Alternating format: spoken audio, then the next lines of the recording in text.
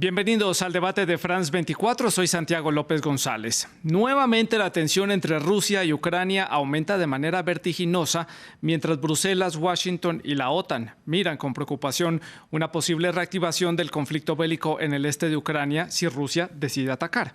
Moscú dice que los planes de expansión de la OTAN al querer incorporar a Ucrania y a Georgia en esa alianza son una amenaza directa para ellos. Veamos en detalle la región de la que estamos hablando, allí donde se está incrementando la tensión. Esta es Ucrania, una antigua república soviética, es uno de los países más pobres de Europa y apuesta por unirse a la OTAN y también acercarse a la Unión Europea. Ambas decisiones le han costado la presión militar de Rusia, un país hermano con el que comparte una historia milenaria desde la fundación de la Rus de Kiev, que es prácticamente el punto de partida de los pueblos eslavos en esa zona de Europa. Las regiones que ustedes ven de Donetsk y Lugansk cuentan con una población étnicamente rusa en su mayoría y son los puntos en donde se han dado los combates desde que comenzó esta guerra en el año 2014. A lo largo de toda esa frontera, en estas dos regiones que tienen frontera con Rusia, es donde el Kremlin ha desplegado las tropas recientemente. Al norte pueden ver ustedes la ciudad de Kharkov, que es la segunda ciudad más grande de Ucrania, con un poco más de 1,4 millones de habitantes, y al sur está Mariupol, que es un puerto ucraniano en el mar de Azov, que también ha sido blanco de ataques y de incursiones militares en los enfrentamientos que ha habido en los años anteriores. Esa es, digamos, a grandes rasgos, esta zona en donde viene dándose este incremento de tensión entre Rusia y Ucrania. Los nervios y la incertidumbre se incrementaron a raíz de la presentación en Estados Unidos de un informe de inteligencia en el que evidencia la aparente movilización de tropas rusas hacia la frontera con Ucrania. Rusia sí ha estado muy activa haciendo ejercicios militares en sus bases del sur del país, muy cercanas al mar de Azov y también a las costas del Mar Negro y también en el Báltico.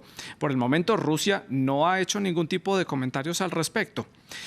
De acuerdo al informe, unos 175,000 soldados rusos aproximadamente fueron desplegados a lo largo de esa frontera ruso-ucraniana, sobre todo muy cerca de esos 145 kilómetros de largo que tiene el frente de batalla abierto desde el 2014. Se calcula que unos 100 grupos tácticos de batallones fueron desplegados para dar inicio a una incursión militar, aparentemente. Se trataría entonces del doble de la cantidad de batallones usados anteriormente. Miles de tanques también fueron desplegados, armamento, equipos militares fueron puestos allí en la zona, incluso fueron dispuestos equipos necesarios para establecer una línea de suministros desde el lado ruso hacia el lado del frente. Eso es lo que dice este informe presentado en la ciudad de Washington.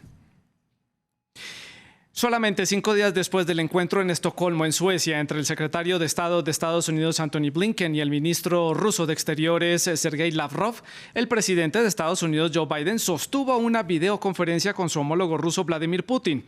Washington no escatimó en advertencias y la posible imposición de fuertes sanciones económicas a Rusia si llega a atacar a Ucrania. Por su lado, desde el Kremlin afirman que la OTAN se muestra extremadamente agresiva y con ideas expansivas al querer incorporar, como lo decíamos, a Ucrania y a Georgia. Una perspectiva que no le gusta a Rusia y por ello busca un pacto de seguridad ante ese posible escenario de expansión de la Alianza Atlántica. Pues bien, para analizar este tema, esta tensión que está incrementándose entre Ucrania y Rusia y en donde también están allí inmersos Estados Unidos y la Unión Europea, por supuesto, hemos invitado a Pilar Bonet, analista internacional y periodista, fue corresponsal del diario El País durante los tiempos de la Unión Soviética, posteriormente en Rusia y en el resto del espacio postsoviético durante unos 30 años. Ella se une a esta conversación desde la ciudad de Madrid, en España. También está con nosotros Alberto Huschenhoita. Él es doctor en Relaciones Internacionales, profesor del Instituto de Servicio Exterior de la Nación y de la Universidad Abierta Interamericana. Él se encuentra en el hemisferio sur, en la ciudad de Buenos Aires, en Argentina. Y aquí en el estudio de France 24 me acompaña Eric Terramolada. Él es doctor en Derecho y director de la cátedra Jean Monnet de Derecho Internacional e Integración de la Universidad Externado, que está ubicada en la ciudad de Bogotá, en Colombia. Ustedes también, nuestros televidentes, pueden participar en este debate. Dejen sus comentarios y sus preguntas. Lo pueden hacer a través de nuestras redes sociales. Nos encuentran en Facebook, en Instagram y en Twitter. Estamos como @France24_ES, @Santilogo, que es mi cuenta personal. La etiqueta es numeral el debate F24. Esperamos todos los comentarios. Doy inicio al debate preguntándole a Pilar Bonet en la ciudad de Madrid si estamos verdaderamente ante una escalada de tensión preocupante o es simplemente un escenario similar como a esos tire y afloje que hemos visto entre Moscú y Washington y que Ucrania simplemente está en la mitad de estos dos bandos. ¿Cómo lo ve usted, Pilar? Bueno, primero, muchas gracias por invitarme. Segundo, no estoy en Madrid, estoy en Ibiza, en España, pero en el Mediterráneo. Y tercero, o sea, creo que no hay que dejarse impresionar por las movilizaciones rusas de efectivos militares mientras estas no pasen la frontera. Quiero recordar, y me parece muy importante, que la guerra no empezó hoy. La guerra empezó, la guerra cruenta, o sea, empezó en el 2014.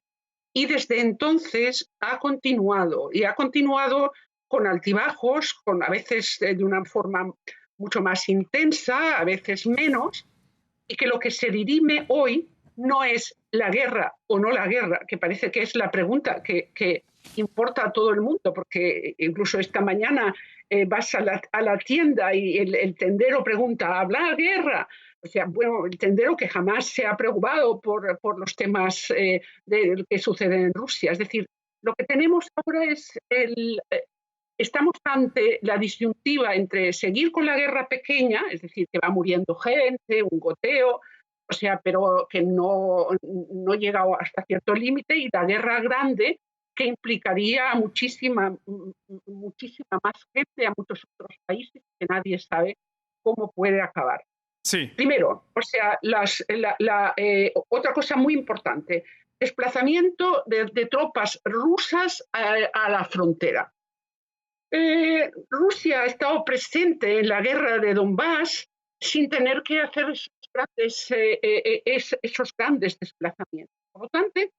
Por lo tanto, yo creo que cabe preguntarse si el desplazamiento, o sea, la concentración, por el momento la concentración de tropas en territorio ruso a lo largo de la frontera con Ucrania, es un elemento para el diálogo o es un elemento de intimidación para la guerra, o ambas cosas a la vez. Yo me inclino a pensar que ese desplazamiento de tropas sirve a todo, sirve al elemento, al diálogo, sirve a aumentar la tensión y hacer que uno se fije en lo que puede pasar. Sí. Y sirve para las dos cosas. Y por eso creo que uno debe conservar la calma y la sangre fría. La guerra no la quiere nadie. No la quiere Rusia. Sí, Pilar. Sí, pues vamos a estar analizando un poco más en profundidad esos dos aspectos que usted menciona, Pilar, de la intimidación y la guerra. Ya vamos a tratar acá de entender qué es lo que busca el Kremlin con esto y cuál es la posición de Estados Unidos y Bruselas frente a esto. Le hago la pregunta a Alberto a través de vía telefónica en la ciudad de Buenos Aires. La misma pregunta, ¿es esta escalada? Ya lo decía Pilar, lo decíamos, el conflicto está desde el 2014, pero ha tenido altibajos y constantes violaciones del acuerdo de Minsk, que es como una paz incipiente que hubo ahí entre los países implicados. Pero esta escalada, ¿qué significa? ¿Cómo se puede entender? Bueno, yo creo que el conflicto en realidad está desde antes de 2014. Sucede que desde 2014 ocurrió un hecho geopolítico, yo diría un seísmo geopolítico mayor, que fue la amputación del territorio de Ucrania como consecuencia de una decisión que se toma en Moscú relativa con la posible deriva de Ucrania hacia una posición de antesala a miembro pleno de la OTAN, tal vez. De manera que a partir del 2014 la situación se hace mucho más extensa, y desde hace 2 años aproximadamente las comunicaciones entre el gobierno de Kiev y el gobierno de Moscú se fueron haciendo cada vez más lejanas, y la diplomacia también descendió, y Rusia considera que posiblemente esté ante un escenario geopolíticamente fatal para Rusia, puesto que Rusia tiene una concepción básicamente territorial, es un país terrestre, de política terrestre. Y si Ucrania llegara a ser parte de la OTAN, se convirtiera en un miembro pleno, yo diría que aquí ocurriría una segunda catástrofe geopolítica de Rusia, puesto que Rusia perdería un activo protectórico mayor, que es la profundidad estratégica. De modo que yo creo que lo que se está jugando actualmente en Ucrania es una situación en la que Moscú entiende que Kiev prácticamente ha dejado de lado cualquier otra alternativa que no sea convertirse en un nuevo miembro de la OTAN.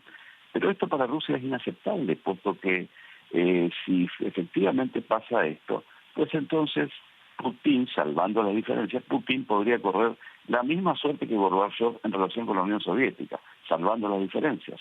Es decir, Gorbachev fue elegido para salvar a la Unión Soviética y terminó siendo el responsable de la caída.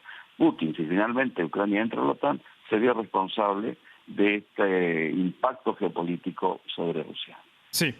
Y aquí en el estudio de France 24, Eric Tremolada, ya ahora sí lo dije correctamente. Eric, su perspectiva, su opinión sobre esta escalada allí, esta tensión que hay ahora en este conflicto que ya viene abierto desde hace varios años. Gracias, Santi. Coincido con Pilar y con Alberto. Esto es una jugada, digamos, pongámoslo en términos de ajedrez, ya que estamos en medio del Campeonato Mundial de Ajedrez.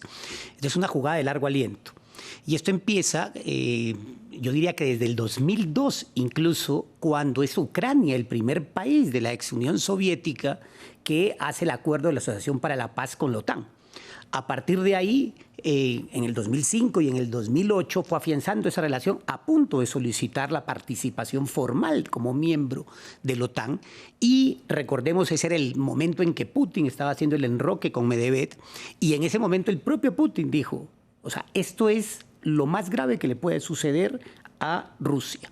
Por tanto, desde ahí se congela de alguna manera el ingreso de Ucrania. Ya lo del 2014 es, digamos, una verdadera escalada que el tablero de ajedrez es Ucrania, donde Ucrania viene poniendo una serie de costos dentro de esa disputa, que es básicamente entre Occidente, entre la OTAN y Rusia. Y estos costos es lo que también mencionaban los que me precedieron y tú en la introducción, y es el asunto de Donbass. Esta región separatista de Donbass, con una mayoría evidentemente de rusos, pues de una u otra manera es una guerra por personas interpuestas, por ejércitos interpuestos, porque no es Rusia la que lucha, son los separatistas, pero los financian los rusos. Y esta es una guerra por goteo, como señalaba Pilar, que de ahí se ha ido manteniendo. La idea en este momento, yo también coincido con ellos, no es realmente escalar la situación, sino fundamentalmente es una jugada, digamos, a ver quién pone en jaque primero al otro. Y coincido también con Alberto que lo último que se va a permitir Putin es que entremos a la OTAN. Entonces, miren, parece que estuvimos en escenario de pura Guerra Fría. El próximo jueves, 9 de diciembre, se celebran 30 años de la disolución de la Unión Soviética, por un lado. Y por el otro lado, Estados Unidos está convocando la cumbre de países demócratas. Sí. Entonces parece que estuviéramos en el mismo juego, donde lo que se está disputando de una u otra manera es la ampliación de la OTAN o la contención de la OTAN. Eso es lo que está en juego. Y eso es la amenaza de los 175.000 hombres que están en la frontera, en la zona del Donbass, y por supuesto también hay presencia en el Mar Negro. Sí, yo lo introduciría ahí. Y es un escenario similar a lo que vimos hace unos años atrás en Georgia, que también intentaba entrar a la OTAN y terminó perdiendo dos regiones, Osetia y Abjasia, en un conflicto bélico con Rusia. Pilar, en Ibiza, allí en las Islas Baleares, empecemos analizando entonces la perspectiva de Moscú. ¿Qué está buscando el presidente Putin con esta jugada que está haciendo allí en el este de Ucrania? ¿Cuál es su opinión de lo que él se está jugando? ¿Quién lo puede apoyar en estos intereses que tiene el presidente ruso a nivel internacional? ¿Qué opinión tiene usted al respecto? Bueno, creo que el presidente Putin lo ha dicho claramente. Lo que él quiere son garantías de que la OTAN no va a extender su espacio a las fronteras con Rusia, que no va a extenderse todavía más. Y esto concierne claramente a Ucrania, ¿no? Pero por otra parte, el tema es ¿quién garantiza, quién garantiza eso? Tampoco es que Putin haya dado tantas muestras de que es posible fiarse de él, y uno acaba preguntándose qué fue primero, si el huevo o la gallina, ¿no? Y para poder resolver este tema sin guerra, haría falta la creación de un ambiente de confianza que no es nada fácil, y que no está claro cuánto tiempo llevaría. Es decir, habría que desandar lo andado y analizar con buena voluntad qué pasó justamente desde ese 8-9 de diciembre de 1991, cuando los 3 dirigentes eslavos que dirigían, valga la redundancia, las repúblicas de Ucrania, Bielorrusia y Rusia, se pusieron de acuerdo en disolver el Tratado de la Unión. Y bueno, pues han pasado muchas cosas y de aquellos polvos estos todos, ¿no? Pilar, continúo con usted para hacerle la siguiente pregunta. ¿Podríamos estar ante un escenario similar al que vimos hace unos años con Crimea? Es decir, Putin estaba a la baja en popularidad y la anexión de la península de Crimea le representó un incremento en su popularidad y en su imagen dentro de la federación, en donde ya muchos rusos ya están cansados de ser gobernados por él y ya han mostrado síntomas de agotamiento de una misma política prolongada por casi 3 o 4 periodos presidenciales. Y anexarse Crimea le representó popularidad. ¿Estaríamos ante la anexión del Donbass, de Donetsk y Lugansk a Rusia, como para volver a levantar esa popularidad del presidente? Bueno, Crimea tenía un valor simbólico que no tiene el Donbass. Eso es para la historia, para la autoimagen, la glorificación del pasado. Crimea tiene otro valor. Donbass es un activo envenenado, y no solo para Rusia, sino también para Ucrania. Es decir, Ucrania no puede permitirse darle la espalda a Donbass, porque no sabe, un Estado no puede hacer eso, pero Donbass es una zona industrial totalmente decadente, degradada, y que además tiene unos votantes que no son nada interesantes para los que están en el poder en Ucrania, y eso tiene una importancia allí. Pero claro, es que los ucranianos están muriendo por Donbass. Y Ucrania ha jugado una política poco inteligente, porque de hecho ha empujado a la gente de Donbass, de las autodenominadas repúblicas populares de Donetsk y Lugansk, que es solo una tercera parte del territorio que está bajo control de los separatistas prorrusos. Sí, las ha empujado hacia Rusia al establecer un bloqueo en 2017 que dificultaba muchísimo el paso de la línea divisoria, ¿no? Sí. Y para Rusia tampoco quiere el territorio de Donbass. Yo no creo que esté interesada en anexionarlo. Tampoco digo que no vaya a hacerlo. Pero Rusia quiere mantener la tensión en Ucrania, en tanto Ucrania no sea una parte no acepte su proyecto.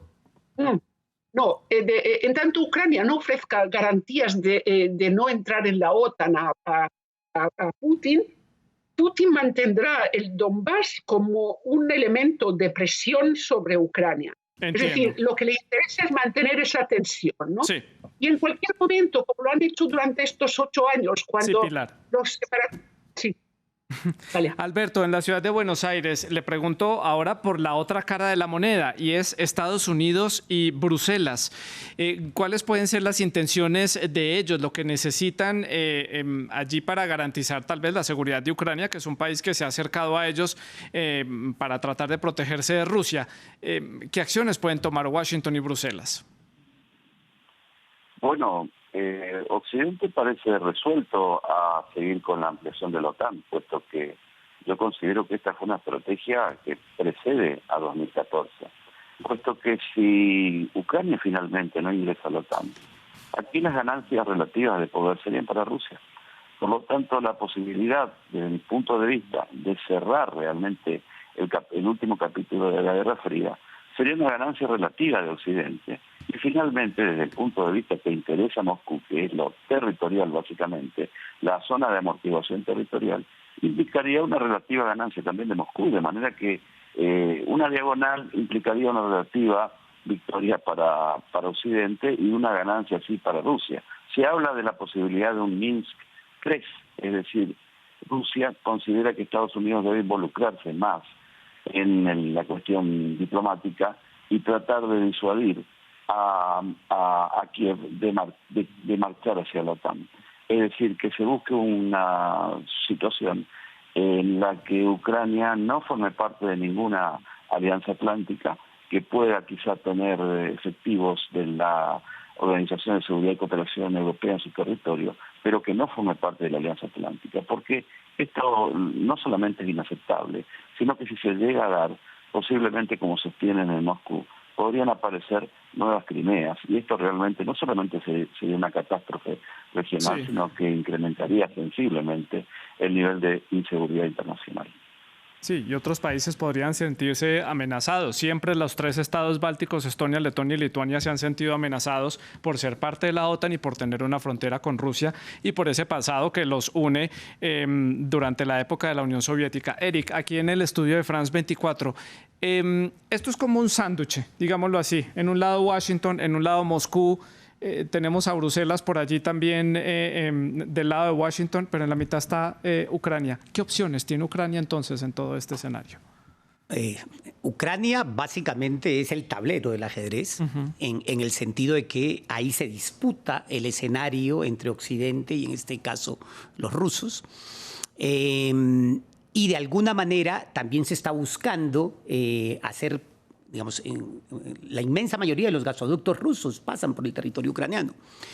Pero parte de la estrategia también es empezar a desviarlos. Ya está el Nord Stream. El Nord Stream, que pasaría gas directo de Rusia a Alemania.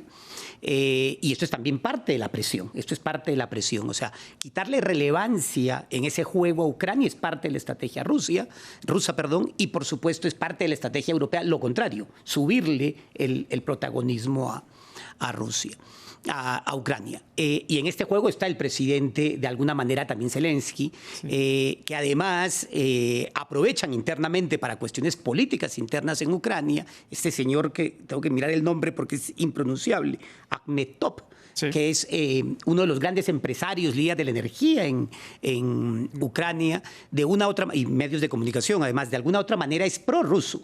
Y la ley anti-oligarquías que generó el señor Zelensky, pues ha generado una cantidad de presiones internas. Y curiosamente, parte de la estrategia rusa es jugar por ese lado para sabotear, digamos, al gobierno de Zelensky. Esto por un lado. Por el otro, presionando a Europa, está también Rusia con Lukashenko, con el asunto de Bielorrusia y las fronteras, la presión migratoria. Esto también es parte del juego. Por eso yo insisto, esto es más, es toda una lógica de estrategia, es un juego de estrategia para tratar de convencer, sí, y esto también es algo que es casi sin salida para propia Ucrania y para Zelensky, en el sentido de casi que se necesita un compromiso de que no hago parte de la OTAN. Es decir, un país renuncia formalmente a el uso de su soberanía y de consentir participar no en una organización internacional. Y esto también es casi que una encrucijada que pone a todos en tela de juicio. Lo preocupante es que no se ve que quién quiera jugar, no sabemos el resultado de la cumbre de hoy, estas cumbres telemáticas que si nos guiamos por la de la semana pasada con China, pues aparentemente los resultados no son muy eficientes. Entonces, dentro de ese contexto, uno diría, todo son jugadas moviendo los peones y los alfiles para ver cómo se van mejorando las posibilidades. Sin embargo, la preocupación es que con 175.000 soldados en una frontera, claro, ¿en qué momento la chispa se enciende, ¿no? Y le pregunto, Eric, por el presidente Zelensky. Este jugador que está ahí en la mitad de los dos grandes, mitad Washington y en la mitad de Moscú, ¿Qué tipo de persona es? ¿A quién le juega? ¿Quién le apuesta? ¿En qué parte del tablero está? ¿Cómo entender la posición de Zelensky? Porque hay muchos intereses, como usted lo decía, de empresarios ucranianos con Rusia y viceversa, muchos intereses rusos en Ucrania, y el presidente está en medio de la jugada. Zelensky es todo un personaje, ¿no? No es un político tradicional, llegó con el 73%, si no me equivoco, de los votos, era un comunicador, básicamente, y además estuvo muy cercano a Trump en el escándalo que generó el propio gobierno de Trump, precisamente, miren las curiosidades, para desprestigiar al hijo de Biden en plena campaña de los Estados Unidos. Entonces, todo esto nos hace ver que no es un presidente fuerte, no creo que sea un presidente que tenga respaldo político, digamos, de las fuerzas políticas en juego, y eso también hace que este escenario sea mucho más incierto. Va a depender mucho de sus alianzas con Occidente y, por supuesto, el apoyo que formalmente se lo pidió, creo que el 25 de noviembre a Biden, ¿no? Sí, y en la Rada, que es el Parlamento ucraniano, no cuenta con mucho apoyo de las bancadas políticas en su país. Pilar, allí en España, en las Islas Baleares, vamos ya llegando a la recta final del programa para terminar este análisis. La Unión Europea, aquí, ¿qué juega en este tablero que hemos armado de este juego de estrategias a nivel internacional? ¿Qué juega la Unión Europea y qué puede pasar con Bruselas y la relación con Kiev y Moscú? Bueno, yo creo que no quiero ser dura porque pienso que la situación es muy complicada, que hay muchos actores, que esto es un juego de combinaciones con múltiples resultantes, pero me parece que deberían encontrarse soluciones más originales, más creativas. O sea, cuando las sanciones son lo único que se puede aportar, me parece peligroso, ¿no? O sea, no porque las sanciones no vayan a dar ningún resultado tangible en términos económicos, pero las sanciones no van a solucionar esto. Yo, francamente, creo que habría que sentarse en un tablero de ajedrez real. Sí. y habría que ver cuáles son los intereses innegociables, o sea, cómo restablecer la confianza, crear una situación que integre intereses y no divida, ¿no? Y yo creo que el que Ucrania esté ahora como está, creo que es una tragedia para toda Europa. Y, en cierto modo, me alegro muchísimo de que el tendero se pregunte, de aquí, donde yo he ido a comprar tomates esta mañana, se alegre muchísimo, se pregunte si va a haber guerra o no va a haber guerra. Porque lo que pasa en Ucrania es algo que nos concierne a todos. Hasta aquí, esta pequeña isla, tiene importancia. Y creo que habría que aportar todo lo que uno puede para que no hubiera guerra. Desgraciadamente, los políticos están jugando con varias barajas, ¿no? O sea, y eso es intolerable. Yo creo que estamos ante una clase política irresponsable. Y aquí no quiero hacer excepciones. Las irresponsabilidades son distintas, pero todos son unos verdaderos irresponsables. Sí, Pilar. La Unión Europea, Rusia, Ucrania, todos. Pues tan importante es esta escalada de tensión que lo estamos analizando aquí para América Latina, que está a miles de kilómetros de lo que pasa en el Donbass, y aquí estamos tratando de entender cuál es la situación allí. Alberto, en la ciudad de Buenos Aires, Pilar dice que esto pasa por la creación de intereses comunes entre las partes. ¿Puede haber acercamiento entre Moscú y Washington para bajar esta tensión? Esta videoconferencia entre los dos mandatarios terminó siendo un sartal de advertencias por parte de Washington hacia Moscú, y Moscú diciendo yo tengo que defender mis intereses y voy a hacer lo que tenga que hacer para eso, y pueden ponerme todas las sanciones que quieran, pero voy a seguir defendiéndome. ¿Pueden crearse esos intereses en común? Bueno, siempre es importante que los líderes conversen, ¿no? Como decía Churchill, siempre va a ser mejor conversar que estar en guerra y en guerra, ¿no? Pero yo lo encuentro un poco irreductible al conflicto, puesto que la diplomacia se ha alejado del conflicto. Minsk II ha quedado muy atrás y Rusia, como consecuencia de victorias pequeñas, pero victorias al fin, en Georgia, en Ucrania, en la zona del Mediterráneo Oriental, en Siria, etcétera, considera que este es un momento para presionar. Por eso están allí entre 100 y 150.000 hombres en la frontera oriental de Ucrania, de modo que hay un espacio para la diplomacia. Pero yo creo que va a hacer falta, como dijo Pilar, una asunción de responsabilidades en general. Yo considero, este es mi punto de vista, que aquí la primera piedra geopolítica la ha arrojado Occidente al ir más allá de lo recomendable con la OTAN. Había que llegar a un equilibrio geopolítico y saltando todas las leyes de la historia. Creo que Occidente fue más allá, incluso en contra de lo que sugerían insospechados idealistas, como el mismo Kennan en 1997, que desaconsejó la ampliación de la OTAN porque conocía el sentimiento territorial de Rusia. De manera que, el mismo Kissinger, para tomar posiciones autorizadas, ¿no? De manera que hay un espacio para la diplomacia aún. Se habla de la posibilidad de renovar Minsk y un involucramiento mayor de la Unión Europea y Estados Unidos, pero no en relación con llevar Ucrania a la OTAN, porque esto para mí es inaceptable para Moscú. Sí, inaceptable, así lo ha dicho Moscú varias veces. Eric, llegamos ya a la parte final del programa, hagamos las conclusiones. ¿Qué va a suceder en este escenario? Bola de cristal para saber el futuro no tenemos, siempre lo digo acá al final del programa, pero ¿qué cree usted que pueda suceder en esta situación? Sí, hacer prospectiva en relaciones internacionales es casi un salto al vacío. Yo creo que, digamos, de aquí al final de año solo vamos a seguir viendo un juego geoestratégico de tensiones, de declaraciones en general. Según los servicios de inteligencia americanos, la invasión, la supuesta invasión estaría preparada para el Donbass hacia la primera semana de enero. Lo único claro en sanciones que le dolería a Rusia y que se hizo ya evidente con la reunión telemática hoy entre Biden y Putin, sería la de los códigos SWIFT.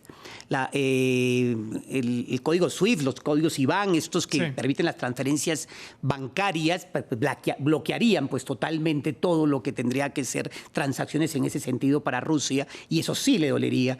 Pero claro, escalar esto a sanciones, como bien dice Pilar, pues esto termina siendo irresponsable. Claro. Donde todos están jugando una lógica de soberanía como en un orden internacional previo, no solo ya la Guerra Fría, sino incluso en la segunda posguerra, pues estamos casi que en lógica estadocéntrica plena, donde todos quieren mostrarse soberanos, fuertes y poderosos.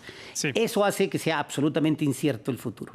Se me acaba el tiempo, ya me quedan pocos segundos para terminar. A Eric aquí en el estudio, Alberto y a Pilar en las Islas Baleares, les agradezco por haber estado con nosotros, haber hecho este análisis para la audiencia en América Latina. Les quedo viendo las conclusiones de nuestros dos invitados, pero se me acaba el tiempo ya, debo entregar porque sigue el noticiero. Ustedes muchas gracias, pueden seguir viendo la programación de France 24 y dejen todos sus comentarios y preguntas sobre este tema. Sigan con nosotros.